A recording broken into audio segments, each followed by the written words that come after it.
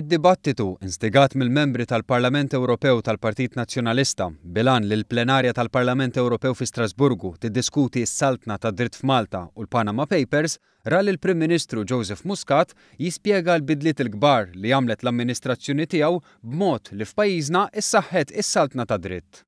Fil-fatt Muscat seta' jagħti eżempji konkreti ta' kif it-tmexxija tiegħu daħlet liġijiet ġodda favur governanza tajba.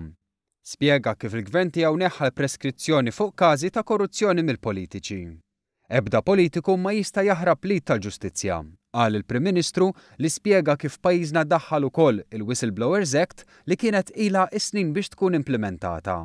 Since the law came into force in 2013, we had no less than 29 reports that have been lodged under the protection of the Maltese Whistleblowers Act.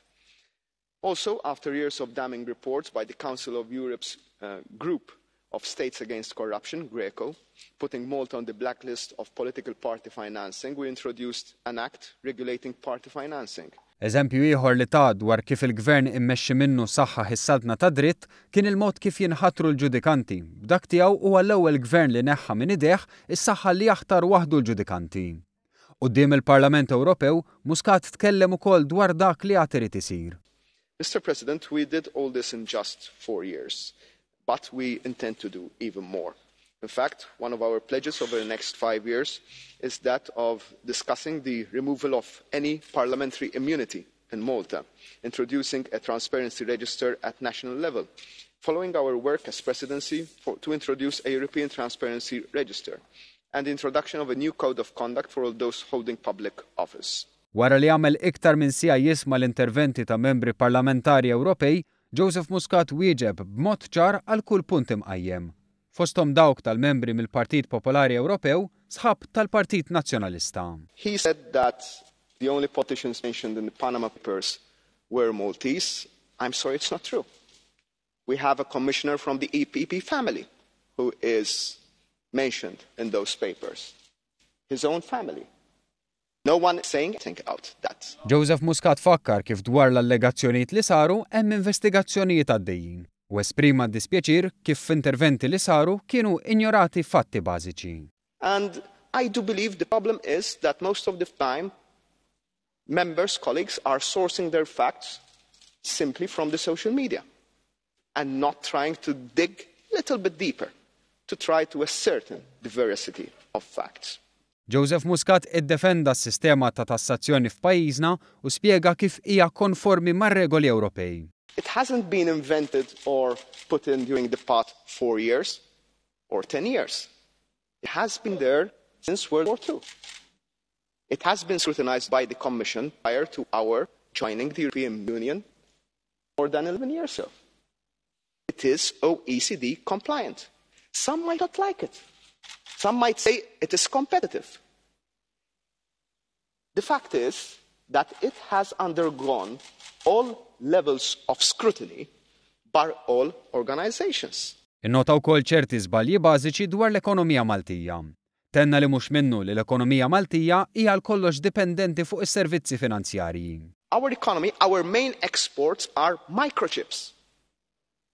In almost all your mobile phones, you'll find a microchip proudly made in Malta. We're not a mailbox economy. We're an economy that produces value added. And trying to put a caricature of all this, I can accept it in a tabloid. But really and truly, I expect a more informed debate in such a house. Muscat tkellem b'diżappunt kif kien hemm min irrepeta l-gidba dwar ir-rabta tiegħu jew ta' martu mal-kumpanija fil-Panama. Żied li hemm investigazzjoni li se turi kif din hi gidba. And Maltese people judged also based on this fact. What a politician would pledge his own career totally on one statement, on one assertion. I don't even bat an eyelid doing that because I know I'm saying the truth. And I marveled at the idea that some extremely knowledgeable members of this House have taken this thing, this fake news, and repeated it here just like that.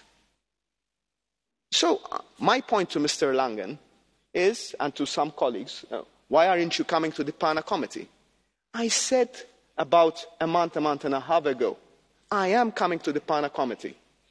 If you don't get this basic fact right, I'm sorry, please check your press reviews or fire the people who are making them for you. I said I would be coming. I said I would be coming once the judge comes out with the independent investigation.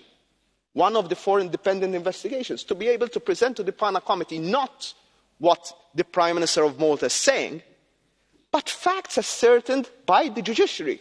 Fil-konklużjoni tiegħu Joseph Muscat fisser kif il-gvern tiegħu bidel il-Malta l-aħjar u dan u d-dibattitu li kellu jkun hemm fil-Parlament Ewropew. In doing all this, then, we managed to achieve success, and I do believe that there might be some people who are not too keen in our economic success and social success. We not only have the best performing economy in the Eurozone, and that's not because of financial services and gaming alone. It's about tourism, it's about manufacturing, it's about the services industry. It's about the honest, busy people that go to work each and every day. We have increased our pensions. We have increased the minimum wage. We have introduced universal free childcare. We have put Malta from number 20 whatever on the ILGA list for LGBTIQ rights. We're now number 1 in Europe. So this is prosperity with a purpose.